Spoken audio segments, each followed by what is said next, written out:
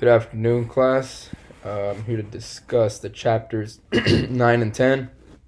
Uh, these chapters were really enjoyable to read and go over, um, especially because it broke down such simple terms that can really mean so much in just in the real world, whether in a team, in a sports team, in your working job, in a class, like wherever you're at.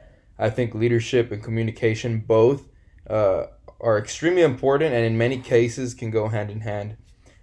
So it's I just think both are extremely important. Um, and actually, today, Wednesday, as I'm making this video, uh, I was doing my clinical teaching, my observation at my PE class there at Fox Tech.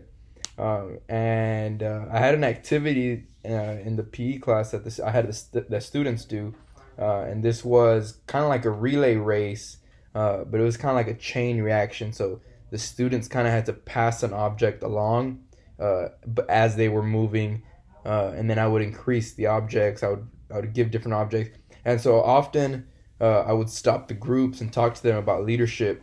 And how sometimes there's going to be one leader, how sometimes there's more leaders, and I was able to tell them the difference between a leader and a manager, and which is what the book talks about, and different types of leadership, which I had read here on the book, and so it really helped me to talk about that.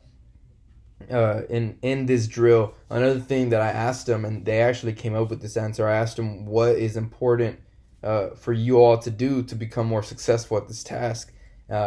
And one young lady said that communication, and she was right. Communication indeed is something that was helping them do better. And so I kind of elaborated on the communication process, and how to send messages more effectively, and how not just to be like the difference between communicating effectively and just words coming out of your mouth, and just cheering, or there's a place for cheering, but in this task, cheering isn't what you had to do, or yelling isn't what you had to do. You needed focus, you needed communication, you needed some sort of leadership, and there was enough people to do all of that.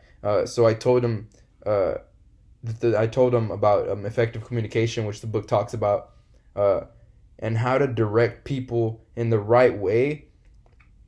And the first thing I did to encourage them to use effective communication was I made sure that everybody in their groups knew each other's names. So what I found out when I asked that question, if everybody knew their group members' names, is that they didn't.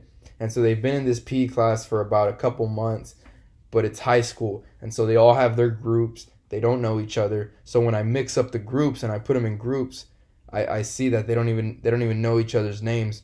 So what ends up happening is they're trying to communicate with their team member, but they don't even know their name.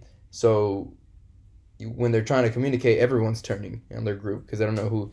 So that was some of the tips that I was giving them to receive messages and send messages more effectively, which is what was happening, which is what was directly happening in front of me.